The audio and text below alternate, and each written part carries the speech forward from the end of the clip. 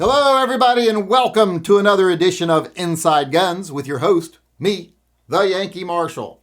Today, I want to take some time to talk about the ATF and expand on some things I said previously that some people seem to disagree with me on. I said that I believe the ATF is acting unconstitutionally as a rogue agency. Every time they put out a reinterpretation or reclassification or an expansion especially of any law, they are violating the Constitution because they do not have that right. That is not their job. Now, a lot of people, even in the gun community, seem to disagree with me.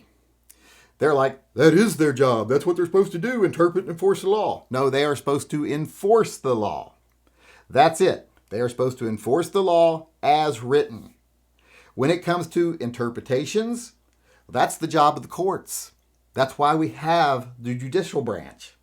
Whenever there's a discrepancy in the meaning of a law, that is the job of the courts to decide, not the ATF. The ATF should have to go to the courts every time they want to change the meaning of anything. It's not their job. They don't have that constitutional power, especially when they expand or alter laws in ways to take care of new issues. That's definitely not their power. That's basically writing law. Only Congress has the power to write law via the Constitution. So they are violating the Constitution when they expand or reinterpret anything. That is not their job. They don't have that power. That is why I said in a video, which made a lot of people mad, that any reinterpretation, expansion, reclassification, anything like that done by the ATF that isn't done through the court system or through Congress is unconstitutional, and people have no obligation to obey those laws. Now, I'm not saying you're not going to get arrested. Of course you'll get arrested. That's what they want you to be afraid of. You're going to get arrested. They'll use you as an example. But you should be able to win in court. It gives you standing because the laws are definitely unconstitutional when they're done that way because the ATF doesn't have that authority. And you might ask yourself, well, why are they able to get away with it then? Obviously, they have that authority or they wouldn't be able to do it. No, that's not true. The reason they're able to do it is not because they constitutionally have the authority. It's because Congress has given them a blank check. All those politicians that some people just love, they always hate all politicians except for their guy for some reason. But all of those politicians have said, we want people disarmed, Republican and Democrat both. We want people disarmed. We just don't want our fingerprints on it, especially the Republicans, because they want to be able to go back to their districts and back to their states and say, oh, look what they're doing. I had nothing to do with it, because they don't want their names on anything like this. So instead of keeping their authority and honoring their authority, standing up and doing what they're supposed to do, they have just told the ATF, hey, you guys do it behind the scenes. That way we don't have to put our fingerprints on it. Because they want us disarmed. They don't want any threat to their power and authority. So they want the ATF keeping people on their toes, fearful that, if I have too much of this or if I do put the wrong part on that, I'll go to prison. And they want to be you to be limited in what you can have and where you can get it and all these other things. They want you to jump through hoops because they want to make it as hard as possible for anyone to form any type of militia or anything like that because they don't want the threat, like I said, to their power and authority. So they have ceded that authority to the ATF, even though they have no constitutional right to do that. But they have done it because it's good for them politically. They have decided the ATF can be judge, jury, and executioner pretty much because they don't want to have to do their job because it would hurt them in their states if people found out what they were really about. Quit giving Republicans a pass.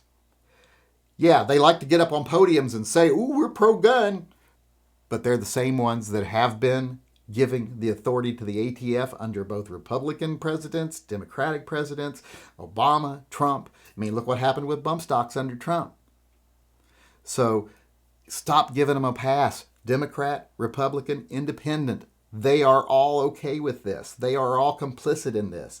They have turned the ATF into a rogue agency that they can use to disarm the American people by simply giving it authority that a Constitution does not grant it. You know, the ATF is not part of that three-ring circus we call a government. We have the legislative branch and the judicial branches for reasons, and the executive branch, of course. It is the legislative branch, that's their job to make laws, not the ATF. It is the judicial branch's job to interpret, reclassify, expand. And even the court shouldn't be able to expand unless that's the way it's written. Only Congress should be able to expand laws.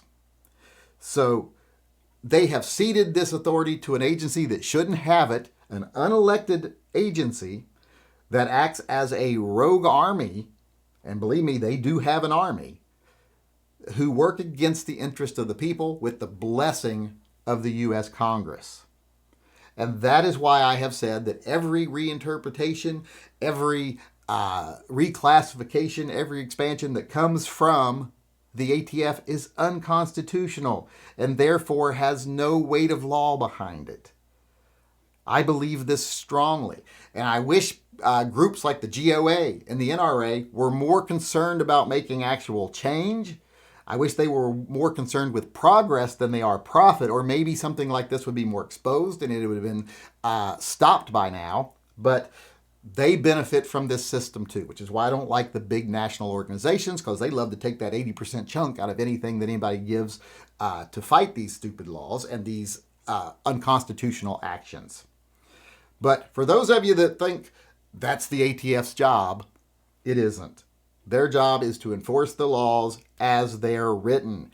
And if there's any gray area as to how they're written, that's the court's job to decide, not the ATF. And if a law needs to be changed or expanded or reinterpreted to deal with new technology, that's Congress's job.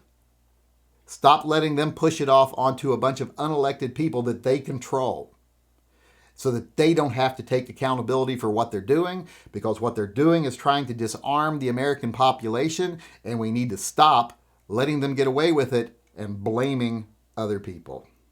All right, with that being said, I want to take a minute here tonight to let everyone know, if you've been waiting for a patch or a pin or anything else that comes with membership through Patreon, it's on its way. I've mailed them all now.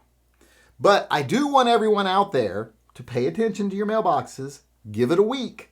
If you haven't gotten them by next Tuesday, I want you to let me know you didn't get your patch or your pin. One reason is the post office loses a lot of them every time. I'd say at least 10%. But the main reason is, as I was going through making all the labels, I realized, once again, that a lot of people are functionally illiterate, or at least don't pay a lot of attention when they're typing things out. Because I had people who put stuff in their address section that isn't an address. Someone typed out a description of a gun that I think that they were thinking about purchasing. Some people put down states that aren't states in their address. OG is not a state. That is not an abbreviation for any state. And neither is, what was the other one? RW, I think. Those are not states. Another problem that happened more than once, believe it or not, is that people who live in the United States of America put letters in their zip codes. You're not Canadian. You don't have letters in your zip codes.